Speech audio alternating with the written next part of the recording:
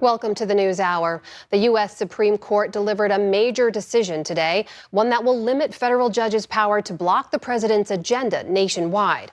The decision, which resulted from a case related to an executive order on birthright citizenship, rules that individual judges cannot grant nationwide injunctions to block any policies coming from the White House. La plus haute cour des États-Unis a rendu aujourd'hui une décision qui pourrait redéfinir à jamais les fondements de la démocratie américaine, en interdisant le recours récurrent aux injonctions nationales qui interféraient directement avec les fonctions normales de l'exécutif. La Cour suprême a non seulement interrompu un processus politique en cours, mais a également porté atteinte à la légitimité du mandat présidentiel. L'impact de cette mesure va au-delà des disputes entre les partis. Ce qui est en jeu à l'heure actuelle, c'est l'équilibre entre les institutions, la fidélité à la Constitution et l'autorité même de la plus haute instance judiciaire face à un chef d'État qui a publiquement déclaré qu'il ne se conformerait pas à la décision de la Cour. C'est là que la crise institutionnelle devient palpable. Il ne s'agit plus d'hypothèses, ce n'est plus un exercice académique. C'est concret. Cela se passe maintenant.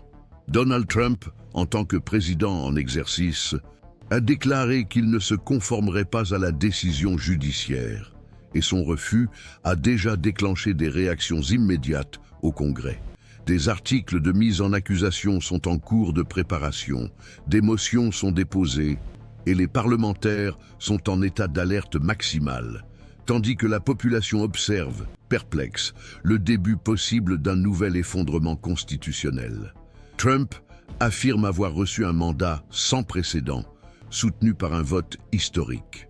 Fort de cet argument, il a commencé à gouverner par décrets exécutifs qui, à plusieurs reprises, ont dépassé les limites fixées par la législation.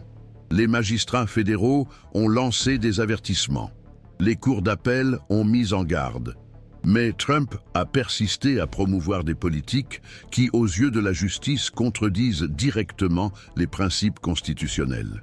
Compte tenu de la multiplication des décisions unilatérales et du conflit croissant avec les instances judiciaires inférieures, il était inévitable que la controverse soit portée devant la Cour suprême.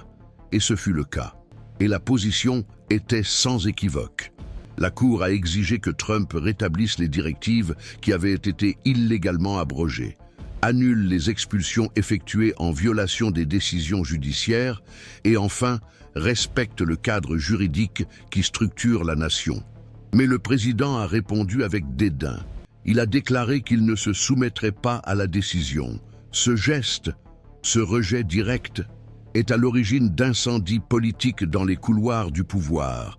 Des parlementaires tels que le député Shritanedar de l'État du Michigan ont déjà qualifié ce comportement de violation constitutionnelle grave, passible de destitution.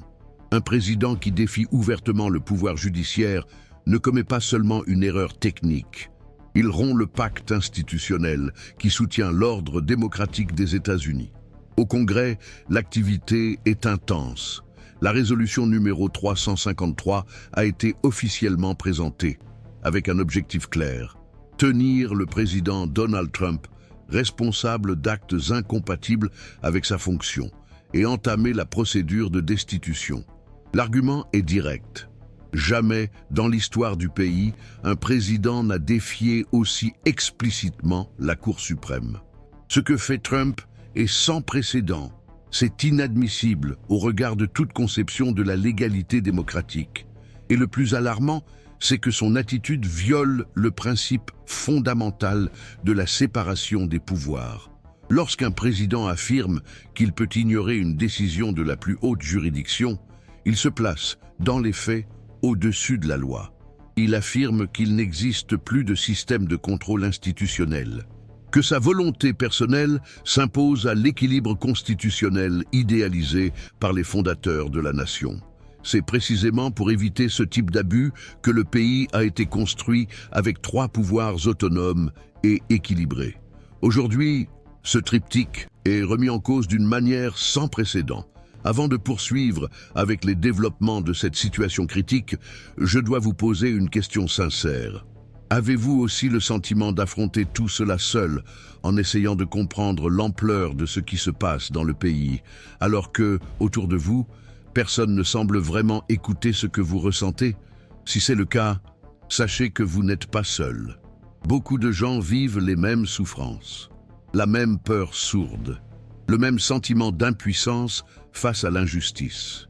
Et votre commentaire peut être un phare pour quelqu'un qui reste silencieux, souffrant de la même manière que vous. Si vous voulez le dire haut et fort, je ne suis pas seul.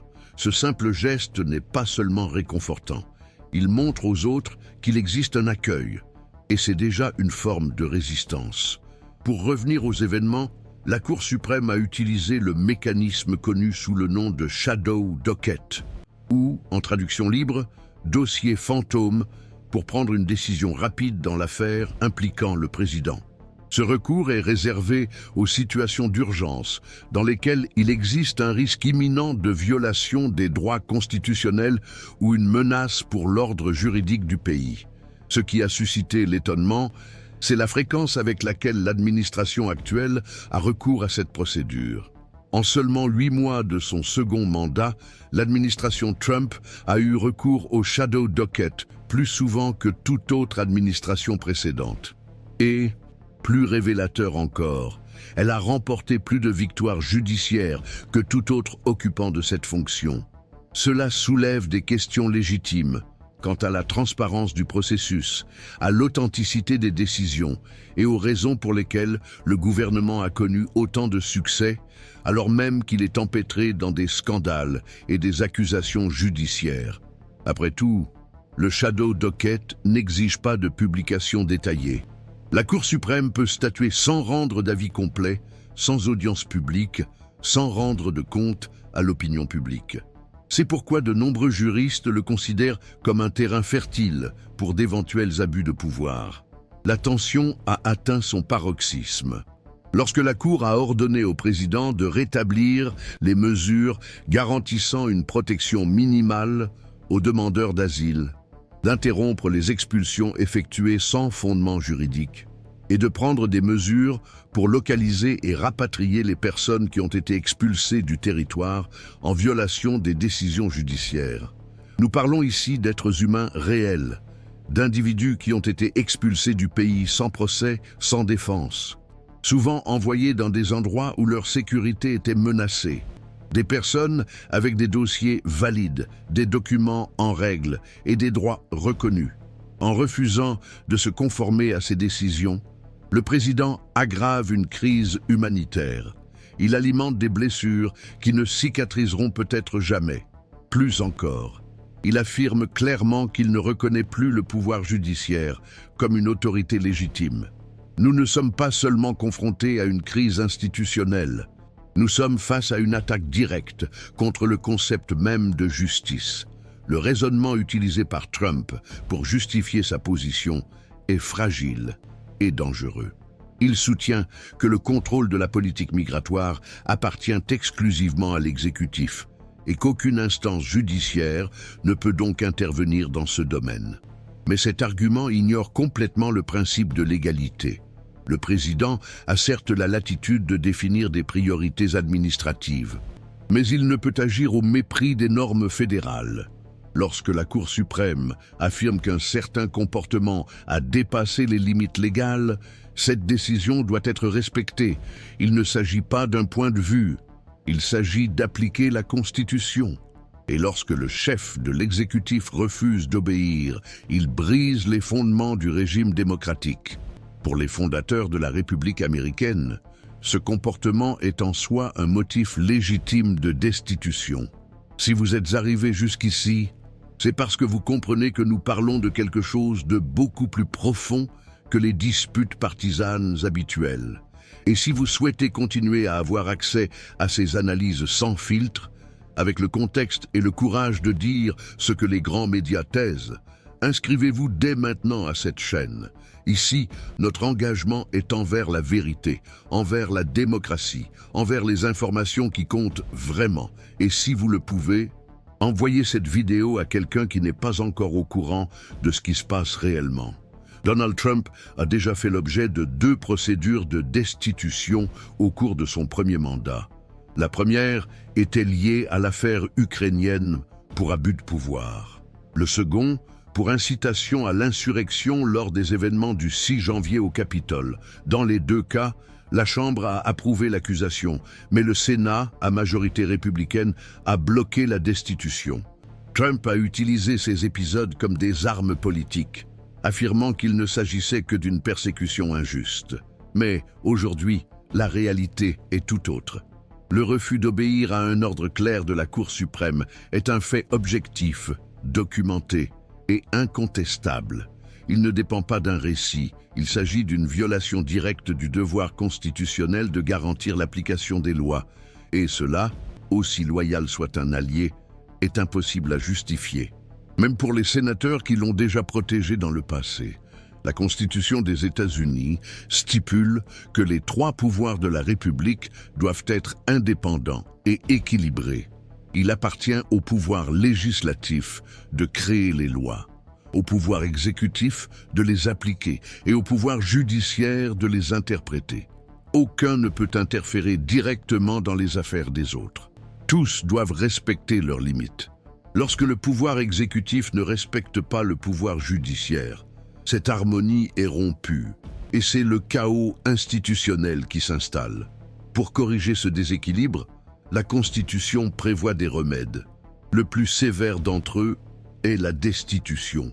C'est l'outil dont dispose le Congrès pour destituer un président qui refuse d'obéir à la légalité. Et c'est précisément ce point qui est aujourd'hui au centre du débat national. Le conflit entre Donald Trump et la Cour suprême ne se résume pas à un simple bras de fer entre partis rivaux, ni ne se dilue dans le bruit politique qui résonne quotidiennement dans les couloirs du Capitole. Ce qui se déroule sous nos yeux, c'est l'acte délibéré d'un président qui, en méprisant une ordonnance directe de la plus haute cour du pays, s'attaque à l'un des rares piliers qui soutiennent encore une démocratie visiblement affaiblie. La notion même selon laquelle tout le monde est soumis à la Constitution commence à s'effondrer, lorsque le chef de la nation décide qu'elle ne s'applique pas à lui. Et cette rupture n'est pas venue de nulle part. Elle est le résultat d'un long processus, peut-être continu, d'érosion institutionnelle, de transgressions tolérées, d'une accumulation de comportements limites qui ont cessé d'être l'exception pour devenir la norme. La Cour suprême a affirmé, sur la base d'analyses des instances inférieures et d'une documentation abondante, que Trump avait outrepassé ses attributions constitutionnelles en mettant en œuvre sa politique d'immigration. Il a dépassé les limites de l'exécutif. Il a ignoré les droits garantis par la loi. Et même après que le jugement a été rendu, il a choisi d'agir comme s'il n'était pas valable. C'est là la racine de la crise actuelle. Elle va bien au-delà des injustices commises à l'encontre des étrangers. Il s'agit de la décision consciente d'un président de nier le pouvoir judiciaire en tant qu'instance de contrôle valide. Et cela équivaut, par essence, à une atteinte directe au pacte constitutionnel qu'il a porté au pouvoir. La décision de la Cour suprême ne laisse aucun doute. Son contenu est ferme, direct, fondé sur des principes constitutionnels et étayé par une jurisprudence consolidée.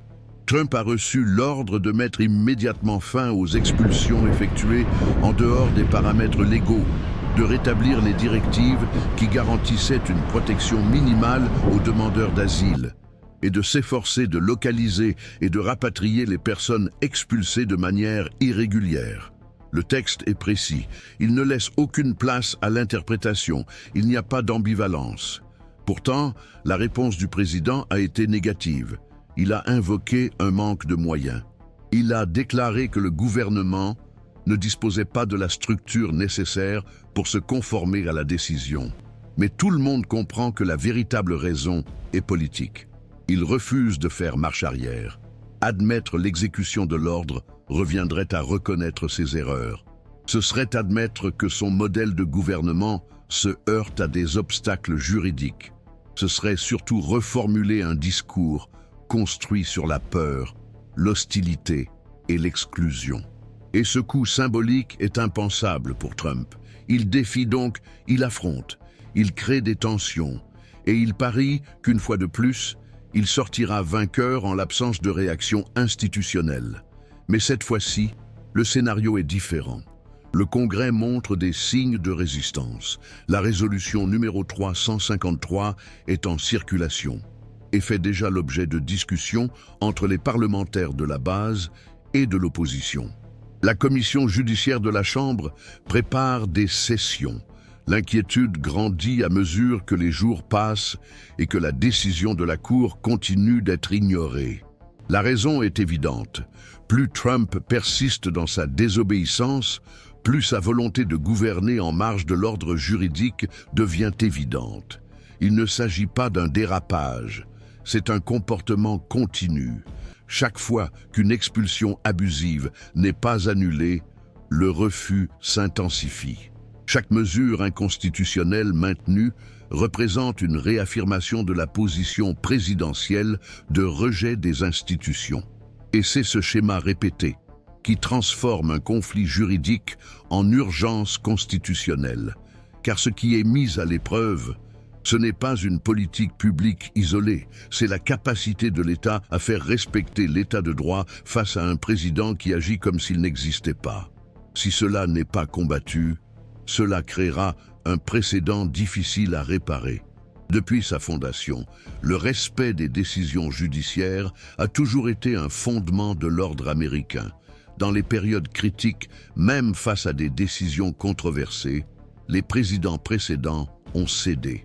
La légitimité du système a été maintenue, précisément grâce à la volonté de respecter les limites imposées par le pouvoir judiciaire. L'exemple historique le plus connu de confrontation avec la Cour concerne Andrew Jackson, qui aurait réagi à la décision du juge John Marshall par la phrase « Marshall a décidé, maintenant faites-la respecter ». Cette réponse a précédé le tristement célèbre épisode du Sentier des larmes, l'un des événements les plus sombres de l'histoire nationale. Pourtant, même Jackson n'a pas été confronté à un mouvement institutionnel aussi organisé que celui qui se forme actuellement contre Trump. Le siècle est différent. Les outils de responsabilisation sont plus solides, et parmi eux, la destitution apparaît comme une réponse légitime aux actes qui portent atteinte aux fondements de la Constitution. C'est dans cette voie que le Congrès commence à s'engager. La justification présentée par les parlementaires qui articulent la destitution est objective. En ignorant délibérément une décision de la plus haute cour du pays, le président commet un crime de responsabilité. Il enfreint le serment qu'il a prêté lors de son investiture. Il rompt avec son rôle d'exécuteur des lois et se positionne comme quelqu'un qui se place au-dessus d'elles. Ce geste ne menace pas seulement la légalité immédiate de ses actions, il remet en question la continuité même du modèle républicain. Il ne s'agit pas d'une interprétation subjective de la Constitution. C'est ce qui est écrit noir sur blanc dans le 2e article, section 4 de la Constitution. Le président peut être destitué de ses fonctions par impeachment et condamné pour trahison, corruption ou autre délit grave. L'insubordination judiciaire entre parfaitement dans cette catégorie, et les auteurs de la mesure le démontrent de manière convaincante. Le texte de la résolution H.S. 353 énumère de manière détaillée les violations commises par Trump. Il s'appuie sur des décisions antérieures du pouvoir judiciaire, présente les délais ignorés et documente les conséquences humaines de la résistance de l'exécutif. La conclusion est sans appel. Maintenir Trump au pouvoir représente un risque immédiat pour la structure constitutionnelle. Il s'agit d'une accusation technique, juridiquement fondée, étayée par des faits et conforme aux principes fondateurs du pays. La commission judiciaire sera le premier théâtre de la dispute. Des audiences publiques seront convoquées. Des experts seront entendus. Les victimes pourront témoigner. Si une majorité simple est atteinte à la Chambre, la procédure suivra son cours. L'obstacle se situera au Sénat, où la destitution nécessite le soutien des 2/3 des membres. Néanmoins, le simple fait d'en arriver là définit déjà un changement profond dans le cours politique de la nation. Et c'est précisément pour cette raison que ce moment exige de la vigilance.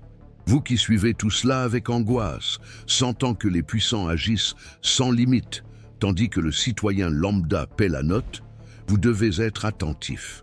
L'enjeu dépasse le simple avenir d'un président. Il s'agit de la validité même de l'idée de justice. Il s'agit de la confiance dans le fait que, même en pleine crise, il existe encore un point d'équilibre. Si ce point est dépassé sans conséquence, que restera-t-il? Un président qui ignore la Cour peut ignorer le Congrès. Il peut ignorer les résultats des urnes, il peut vous ignorer, il peut nous ignorer tous. Et lorsque cela se produit, le système que nous connaissons sous le nom de démocratie perd son essence. Il devient une façade, il devient une mise en scène, il devient une menace. C'est pourquoi ce processus est important, c'est pourquoi nous devons suivre, commenter, dénoncer et résister au silence. Conscients des risques politiques encourus, les dirigeants démocrates avancent avec prudence. Ils savent qu'une troisième procédure de destitution contre Trump ravivera la rhétorique de la persécution. Ils sont conscients de la réaction que cela peut susciter parmi ses partisans. Ils connaissent le potentiel des réseaux sociaux comme terrain fertile pour la désinformation. Pourtant, ils continuent d'avancer, car cette fois-ci, il n'y a pas de place pour l'hésitation. La gravité des faits exige une réponse à la hauteur. Il ne s'agit plus de rhétorique enflammée ou d'attaques symboliques contre les institutions. Il s'agit d'un refus factuel, documenté et explicite de se soumettre à l'autorité constitutionnelle. Et même, parmi les alliés de longue date, l'inquiétude grandit. Certains républicains montrent déjà des signes de malaise. Certains sénateurs expriment leurs doutes en coulisses. Et les leaders du conservatisme traditionnel commencent à réfléchir à la portée que Trump entend donner à ce conflit, et jusqu'où ils seront prêts à le suivre. La gravité du moment exige une lucidité rare en période de turbulence politique. La plus haute cour du pays a été catégorique. Donald Trump a enfreint la Constitution et doit corriger ses actes sans délai. La décision est directe, sans équivoque. Rétablir les programmes illégalement annulés, suspendre les expulsions sans fondement juridique et prendre des mesures concrètes pour réparer les dommages causés par des décrets arbitraires. Cette décision n'est pas facultative. Il ne s'agit pas d'une simple recommandation, il ne s'agit pas d'un appel, il s'agit d'un devoir constitutionnel imposé par l'autorité suprême du système judiciaire. La réponse de Trump, cependant, a été un refus catégorique, un refus qui ne repose pas sur des arguments juridiques solides, mais sur une posture délibérément conflictuelle. Dans une vision du monde où la fonction présidentielle prime sur le droit, la Constitution, et la logique qui sous-tend la démocratie elle-même, ce refus touche au cœur même de la République, et chaque jour où l'ordre reste ignoré, le fossé institutionnel se creuse. Il apparaît de plus en plus clairement qu'il ne s'agit pas d'une divergence d'interprétation. Il s'agit d'une rébellion calculée, un geste de défi ayant des répercussions juridiques directes, un refus qui transforme le président en une menace concrète pour la survie de l'ordre démocratique lui-même. La justification présentée par Trump pour désobéir à l'ordre judiciaire repose sur une interprétation manipulée du concept d'autonomie exécutive. Il affirme qu'en tant que chef de l'exécutif, il dispose de pouvoirs étendus pour définir la manière dont les lois seront appliquées, notamment en matière d'immigration. Cependant, cette interprétation ne tient pas compte d'un principe fondamental de la démocratie. Aucun pouvoir n'est illimité. Le président peut fixer des priorités, gérer le budget, orienter les politiques publiques, mais il ne peut en aucun cas dépasser les limites légales. Lorsque le pouvoir judiciaire reconnaît qu'une mesure donnée viole la loi, sa décision est souveraine. Et en l'ignorant, le président ne se place pas seulement au-dessus d'un jugement, il se place au-dessus de l'état de droit. Par ses actions, il assume qu'il n'est soumis à aucun contrôle, qu'il ne répond à aucune instance, et cela est inadmissible dans toute société démocratique, encore moins dans une nation fondée précisément sur la séparation des pouvoirs. Les implications pratiques de cette désobéissance sont brutales. Les personnes touchées par les expulsions illégales ne sont pas des statistiques. ce sont des vies brisées, des mères séparées de leurs enfants, des enfants privés de leur droit à la protection, des demandeurs d'asile renvoyés dans des zones de guerre, dans des endroits où ils sont confrontés à la persécution, à la famine, à la violence. Ce sont des destins humains condamnés par un système qui a délibérément ignoré les lois qui devraient les défendre. La décision de la Cour suprême visait, en partie, à rétablir la justice. Elle exigeait que le gouvernement s'engage à localiser ces personnes et à leur restituer leurs droits. Et une fois de plus, le gouvernement a refusé. Il a invoqué des difficultés logistiques. Il a déclaré que cela serait trop complexe. Il a déclaré que ce n'était pas une priorité. Mais la réalité est crue. Trump a choisi de ne pas se conformer. Refuser d'agir est un geste politique. C'est le choix de maintenir une rhétorique de force, même si cela coûte de l'humanité, coûte de la dignité, coûte la démocratie elle-même. La manière dont le Congrès réagit à cette impasse est observée dans le monde entier. Car ce qui est en jeu, ce n'est pas seulement la stabilité institutionnelle des États-Unis, c'est la crédibilité mondiale du pays en tant que défenseur des lois. Si le pouvoir législatif ne réagit pas, s'il permet au président d'ignorer une décision judiciaire sans en subir les conséquences, il déclarera haut et fort que l'ordre constitutionnel peut être ignoré, que les institutions ne servent qu'à condition de ne pas déranger, et ce message est dangereux. Il affaiblit l'autorité morale des États-Unis pour exiger le respect de la légalité dans d'autres nations. Il diminue leur stature sur la scène internationale. Il encourage les dirigeants autoritaires à faire de même. Cette crise dépasse les frontières. C'est une blessure ouverte dans l'image du pays, une infection institutionnelle qui, si elle est négligée, peut empoisonner de manière permanente les fondements de la République. Au sein du Parti républicain, le malaise grandit. Tous ne sont pas prêts à suivre aveuglément Trump.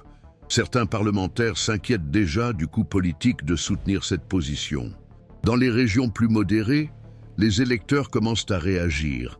Ils se demandent si leurs représentants approuvent l'idée d'un président au-dessus des lois. Ils remettent en question la loyauté partisane et exigent la loyauté envers la Constitution. Et cette pression commence à porter ses fruits. Car même dans un contexte polarisé, le public reconnaît encore le moment où une ligne est franchie. Et dans ce cas, cette ligne a été franchie devant les caméras, avec des déclarations explicites d'insubordination. Il n'y a pas de place pour l'ambiguïté. Il existe un fait incontestable. Le président a désobéi à une ordonnance de la Cour. Et maintenant, c'est au Congrès de décider s'il faut s'y opposer ou l'accepter comme une nouvelle norme. Aussi difficile que cela puisse être, la procédure de destitution est le seul mécanisme institutionnel légitime face à un chef d'État qui bafoue la légalité. Il n'y a pas d'alternative magique. Le système a été conçu pour répondre à ce type de menace. Si les législateurs se dérobent, ils donneront un soutien juridique à la concentration du pouvoir. Ils signaleront ainsi que, avec une majorité politique suffisante, tout abus est permis. Cette logique est un terrain fertile pour l'autoritarisme. C'est pourquoi la procédure de destitution n'est pas seulement une réponse possible. C'est une exigence constitutionnelle. Un recours créé précisément pour protéger la démocratie contre les abus de pouvoir. Et même si cela génère des tensions, il faut aller de l'avant, non par commodité, mais par devoir civique. Trump est convaincu que le Congrès reculera. Il parie que les républicains resteront loyaux, que ses opposants se diviseront, que l'opinion publique se lassera, que les jours passeront et que l'affaire sera oubliée. Il compte sur la lassitude, sur la dispersion. Et cette stratégie a déjà fonctionné auparavant. Les 2 fois précédentes où il a fait l'objet d'accusations formelles, il a survécu politiquement. Mais il y a une différence aujourd'hui, la clarté. Avant, il y avait des arguments, il y avait débat. Maintenant, il n'y a plus que la confrontation directe avec la Constitution. D'un côté, la légalité. De l'autre, l'insubordination. Cette distinction peut faire toute la différence. Même ses partisans les plus fidèles ont des limites. Le refus explicite d'obéir à une ordonnance judiciaire pourrait être le point de basculement. Et si c'est le cas, c'est le comportement même de Trump qui aura causé sa perte. Au Sénat, l'attention se porte sur des leaders influents tels que Mitch McConnell.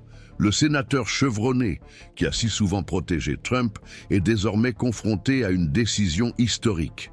Rester fidèle à la Constitution ou rester fidèle à un individu. Honorer l'indépendance du Sénat ou se plier à un modèle de gouvernement personnalisé. Son choix influencera non seulement le destin de Trump, mais aussi la signification du Sénat en tant qu'institution gardienne de la légalité. S'il refuse de punir cette désobéissance, le Sénat manquera à son devoir.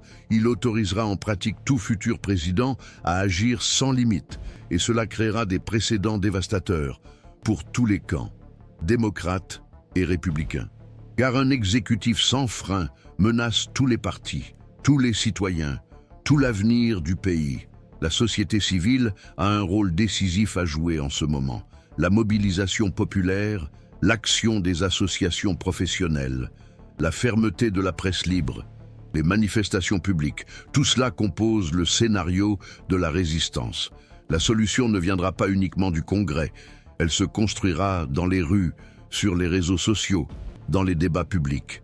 La démocratie dépend de la participation, et chaque citoyen attentif a la responsabilité d'agir, de s'exprimer, de prendre position, de rompre avec la passivité, car chaque fois qu'il se tait face à l'abus, il contribue à ce qu'il se répète. Et en ce moment, le silence est complicité. Nous sommes à un carrefour sans précédent, un moment où la démocratie américaine est mise à l'épreuve dans toute sa structure. La réponse du Congrès ne décidera pas seulement du sort d'un président, elle sera la mesure de l'engagement de la nation envers sa propre constitution. Elle sera le reflet de l'intégrité de ses représentants.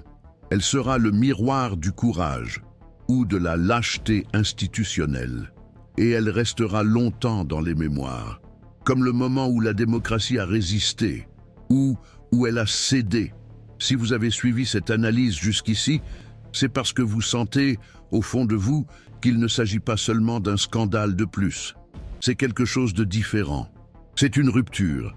Et votre attention, votre engagement, votre soif de comprendre sont des signes d'espoir. Car ce sont les personnes qui refusent de normaliser l'inacceptable qui maintiennent vivante la flamme de la liberté. Et si vous souhaitez continuer à suivre ce processus avec honnêteté, profondeur et courage, inscrivez-vous dès maintenant à la chaîne. Ici, vous trouverez toujours la vérité, sans phare, sans concession. Et surtout, vous ne serez pas seul. Car la résistance commence ainsi, avec l'information, la clarté, l'union, et avec la foi que la vérité a encore du poids.